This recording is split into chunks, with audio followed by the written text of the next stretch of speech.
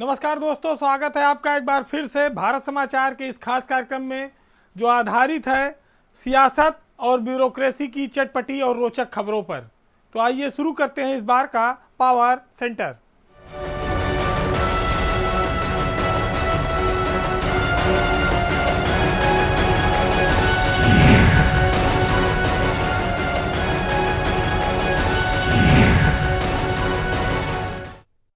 हमारे देश में वर्दी का बड़ा महत्व है और ये वर्दी बड़ी मुश्किलों से मिलती है।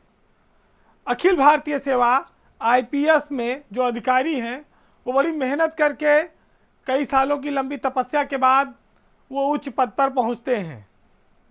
लेकिन कुछ लोग ऐसे हैं जिन्हें इस खाकी के साथ साथ खद्दर की भी ज़रूरत महसूस हो रही है। आज बात यूपी के एक ऐसे आईपीएस अफसर की जिसने खाकी उतारकर खद्दर पहनने का निर्णय किया है। ये खबर इतनी अचानक आई कि लोगों को विश्वास नहीं हो रहा था। बात कानपुर के पुलिस कमिश्नर असीम अरुण की हो रही है। असीम अरुण 1994 बैच के आईपीएस अफसर हैं। वो कानपुर के पहले पुलिस कमिश्नर थे, लेकिन उन्होंने अचानक से इस्तीफा दे दिया और इस बात का ऐलान हुआ कि असीम अरुण अब खद्दर पहनकर राजनीति करेंगे, सियासत में उतरेंगे। कहा यह भी जा रहा है कि वो विधायकी का चुनाव भी लड़ेंगे। असीम अरुण करीब 27 साल तक पुलिस की सेवा में रहे आईपीएस अफसर थे। वो 1970 में पैदा हुए और अभी 2022 चल रहा है, यानी कि 8 साल और 10 महीने के करीब उनकी नौकरी अभी बची हुई थी। वो एडीजी रैंक में अफसर थे। वो चाहते तो अभी 5 साल और काट कर एक सरकार का कार्यकाल पूरा करके वो जब डीजी स्तर में पहुंच जाते, जब नौकरी 2-2.5 साल बचती, तो भी इस्तीफा दे सकते थे। लेकिन उन्होंने परिवार में, दोस्तों में और अंतरात्मा में काफ़ी विचार करने के बाद नौकरी छोड़ने का ऐलान कर दिया। असीम अरुण पुलिस में एक स्वच्छ छवि के अफसर माने जाते हैं। सहृदयी हैं, लोगों से मिलने जुलने में वो सरल थे। उनके पिता श्री राम अरुण उत्तर प्रदेश के 2 बार डीजीपी रहे। असीम अरुण को अभी तक लोग ये जानते थे कि वो बदायूं के रहने वाले हैं, लेकिन उनके इस्तीफे के बाद ये बात चली कि वो कन्नौज से विधानसभा का चुनाव लड़ेंगे।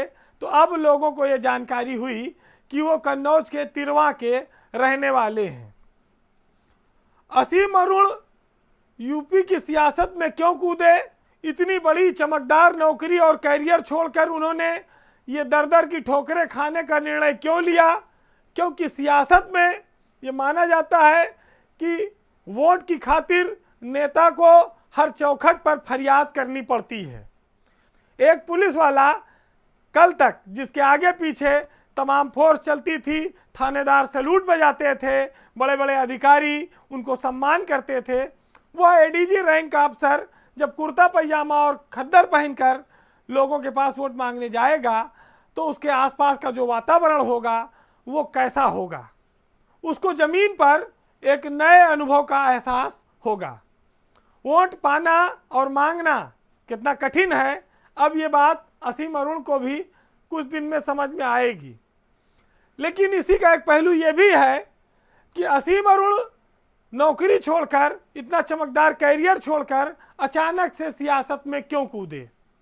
इसके पीछे बताया जाता है कि वो महात्मा गांधी से प्रभावित हैं।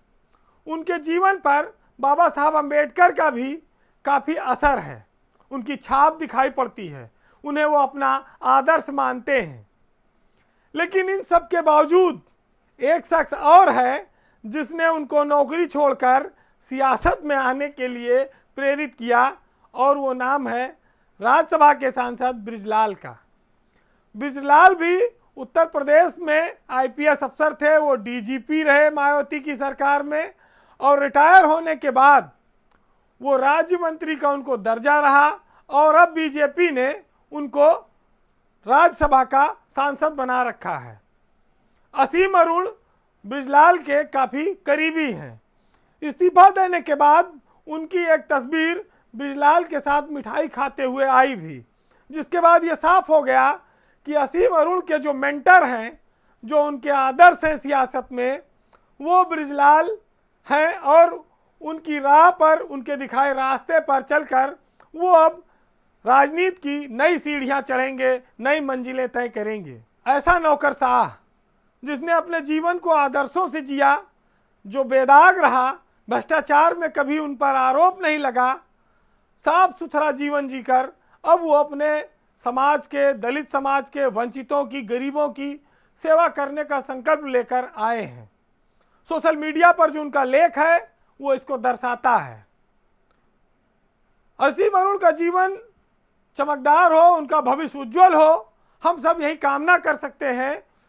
लेकिन सियासत की राह बड़ी पथरीली है, बड़े कड़े इम्तिहान लेती है। वो ब्यूरोक्रेसी के उस उच्च पद की तरह नहीं है कि जिसके एक इशारे पर पूरी पुलिस फोर्स लाइन से खड़ी हो जाए, नतमस्तक हो जाए। यहाँ नेता को ही सबके आगे नतमस्तक होना पड़ता है और हर 5 साल के बाद हाथ भी फैलाना पड़ता है। राजनेता जाति, मजहब और दल ये अपनी सुविधा के अनुसार बदलते हैं। यूपी में चुनाव शुरू हुए तो दल बदल का खेल भी शुरू हो गया। इस बार भगदड़ भाजपा के खेमे में है। पहले तो विधायक थोड़े मोड़े इधर उधर आ जा रहे थे, लेकिन अब मंत्रियों ने इस्तीफा देना शुरू कर दिया है।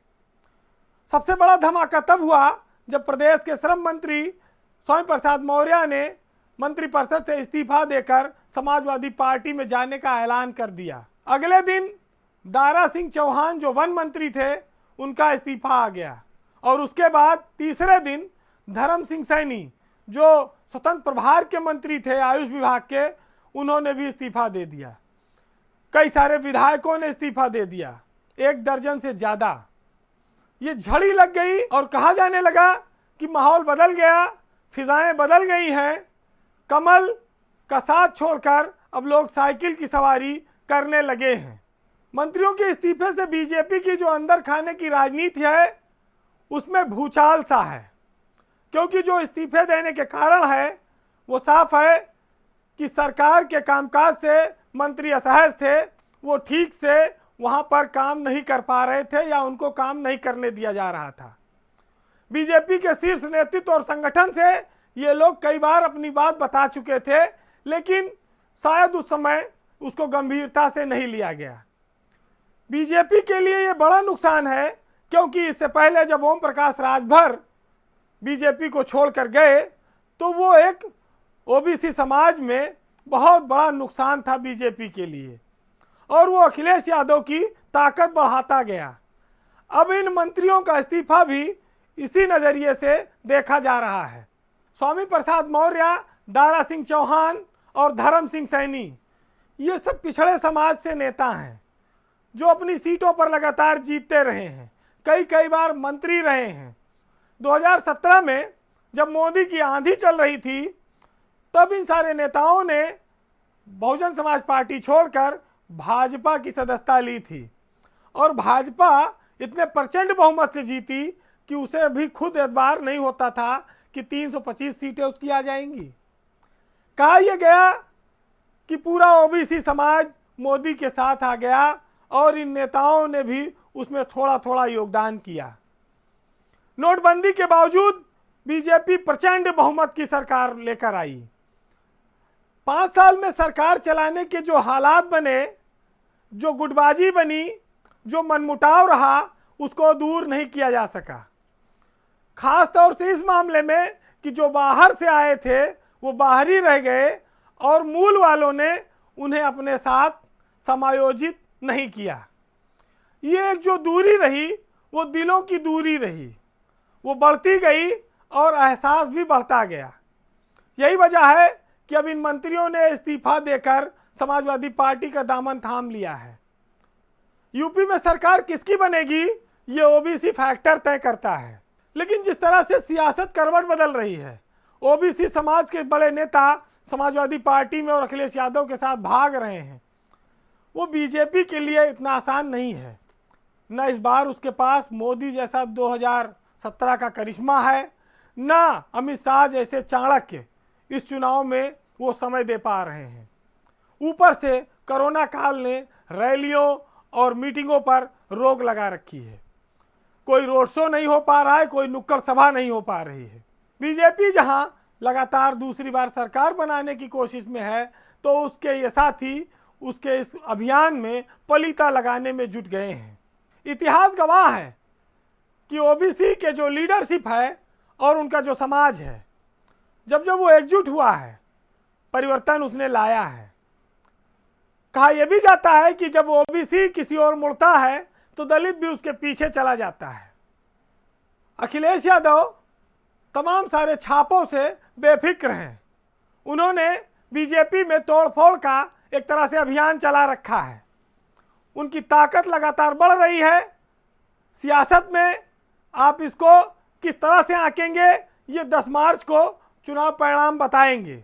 लेकिन सियासत का एक चरित्र ऐसा बन गया है कि जो कोई जब तक हमारे साथ है वो हीरा है, और जब हमको छोड़कर चला जाता है तो वो कोयला हो जाता है या वो अंधकार की तरह हो जाता है। हालांकि जनता चुनाव की इस सियासत को अच्छी तरह समझती और जानती है।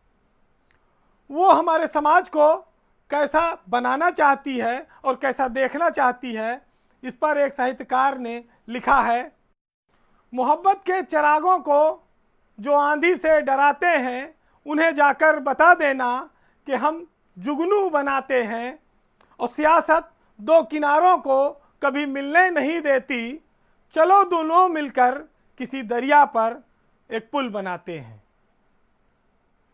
एक साहित्यकार ने लिखा है कि सियासत दोस्ती की जड़ में मट्ठा डाल देती है, लेकिन यहाँ पर सियासत जो है पति पत्नी के बीच में मट्ठा नहीं, दरार डाल दे रही है।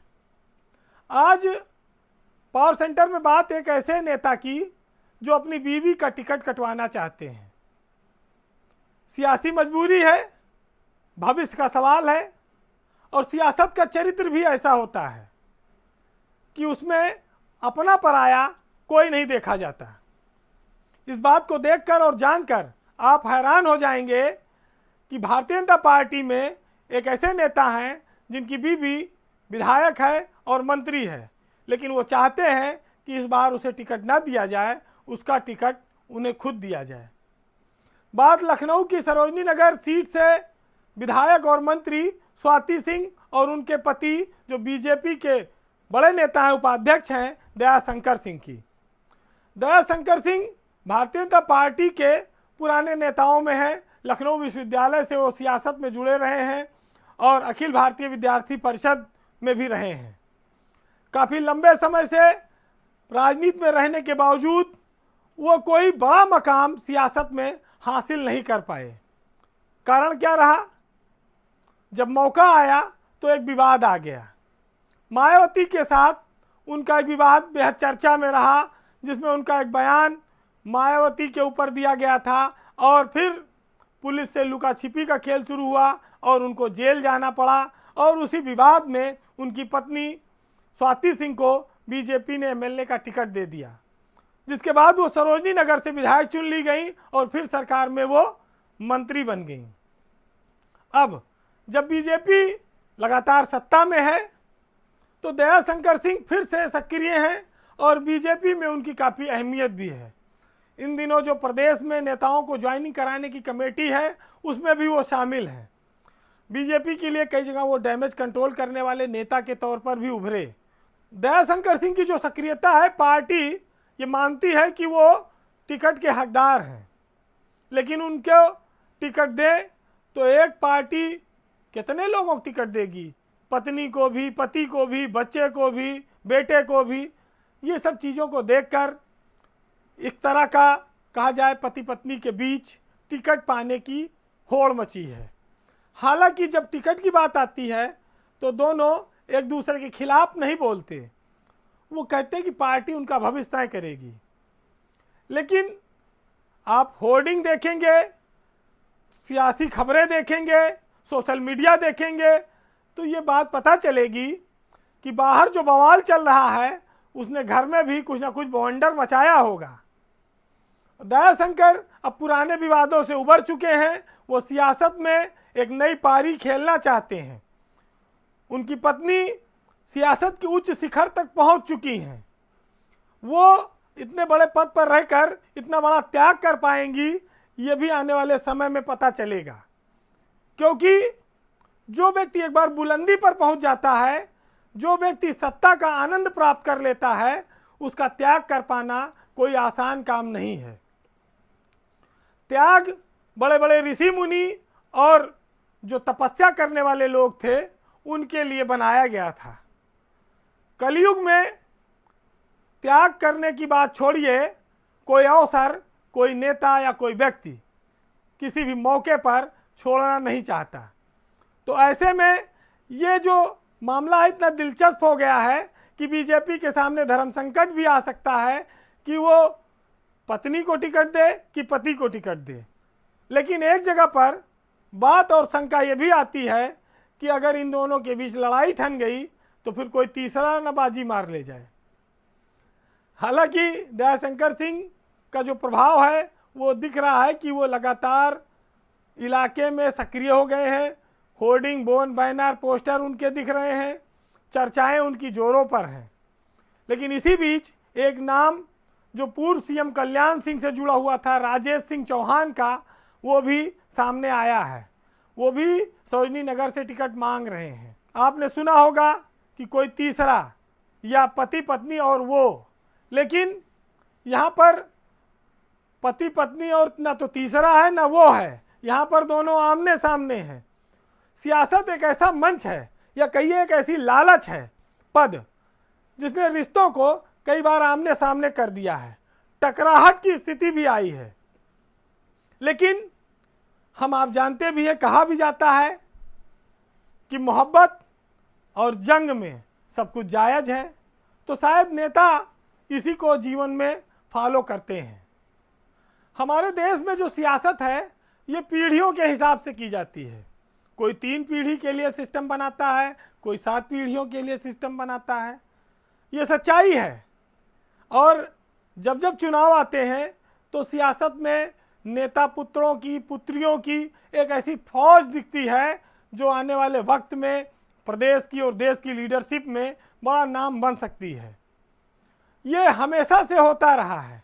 उत्तर प्रदेश का 2022 का ये जो चुनाव है, इस बार भी कुछ नेता पुत्रों के लिए महत्वपूर्ण बनने वाला है। कई सारे नेता पुत्र इस चुनाव में चर्चा में हैं।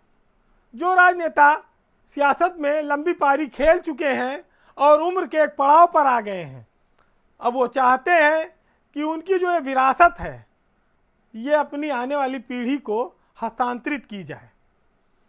आज हम आपको ऐसे कई नामों से रूबरू कराएंगे जिन नेताओं के बेटे मैदान में उतरने को तैयार हैं। उनके लिए टिकट की लामबंदी भी हो रही है। अगर आप नज़र डालेंगे तो सबसे पहले आपको दिखेगा कि दिग्गज समाजवादी नेता और मंत्री रहे शिवपाल यादव के पुत्र आदित्य यादव चुनाव लड़ने की तैयारी में हैं। उनकी अपनी पार्टी थी तब भी वो चुनाव लड़ते। अब जब उनका समाजवादी पार्टी के साथ गठबंधन हो गया है तो स्वाभाविक है कि वो चुनाव लड़ेंगे। आदित्य यादव के गुन्नौर से चुनाव लड़ने की चर्चा है। दूसरा नाम जो सियासत में नेता पुत्र का उभर रहा है वो है केशव देव मौर्य, जिनके बेटे हैं प्रकाश मौर्य, या आप कहिए प्रकाश भैया, किशन भैया। ये वो नेता हैं जो अखिलेश यादव के साथ गठबंधन में हैं और जो पश्चिम का इलाका है उसमें किसी जिले से चुनाव लड़ेंगे। ओम प्रकाश राजभर से आप सब लोग परिचित हैं। उनके बेटे अरविंद राजभर भी विधानसभा का चुनाव लड़ने की तैयारी में हैं। एक और नाम आया भाजपा से, रीता बहुगुणा जोशी, जो इलाहाबाद से सांसद हैं और उनके बेटे मयंक जोशी सियासत में सक्रिय हैं। वो लखनऊ कैंट से अपनी मां की पुरानी सीट पर टिकट चाहते हैं। एक और नाम आपको बताऊं जो हाल ही में चर्चित हैं और मंत्री पद से इस्तीफा देकर समाजवादी पार्टी में आए स्वामी प्रसाद मौर्य। उनके बेटे हैं उत्कृष्ट मौर्य। वो भी रायबरेली में ऊंचाहार सीट से टिकट चाहते हैं, यानी कि चुनाव लड़ना चाहते हैं विधानसभा का। बीजेपी की सरकार में जो उप मुख्यमंत्री हैं केशव प्रसाद मौर्य, उनका बेटा योगेश मौर्य भी अब सियासी पारी की समझ रखने लगा है, वो सियासत में आने के लिए तैयार हो रहा है। हालांकि सियासत में नेता पुत्रों की सफलता की कई सारी कहानियां हैं, लेकिन उसमें बेटियां कुछ ही हैं, गिनती की हैं, वो पीछे रह जाती हैं। क्योंकि हमारे समाज में ये माना जाता है जो स्वाभाविक वारिस होता है वो बेटा है। उन्हीं की तरह वो भाग दौड़ कर सकता है, पिता की तरह वो तमाम दांवपेच सीख सकता है, और सियासत में जो सीढ़ियां हैं उनको वो तेज़ी से चढ़कर ऊपर भी जा सकता है। महिलाओं के लिए ये रास्ता बड़ा दुर्गम है, कठिन है, कांटों भरा है, इसलिए उनको थोड़ा पीछे रहना पड़ता है। फिलहाल उत्तर प्रदेश का ये जो चुनाव होगा, इस बार इनमें से कितने नेता पुत्रों की किस्मत, या कहा जाए नेताओं की नई खेप आपके सामने आएगी या वो चमकेगी, ये तो 10 मार्च को पता चलेगा। चाहे सियासत हो चाहे समाज, बेटे और बेटियां दोनों बराबर हैं। लेकिन कुछ सिस्टम ऐसा बना है कि नेता अपनी विरासत अपने पुत्रों को ही सौंपना चाहता है। बेटियों और बेटों में अंतर न हो, इस भेद को मिटाया जाए, चाहे वो सियासत हो या समाज। इन हालातों पर एक साहित्यकार ने लिखा है कि जिंदगी के लिए इतना नहीं मांगा करते, मांगने वाले से कांसा नहीं मांगा करते, और बेटियों के लिए भी हाथ उठाओ मंजर, सिर्फ अल्लाह से बेटे नहीं मांगा करते। नमस्कार।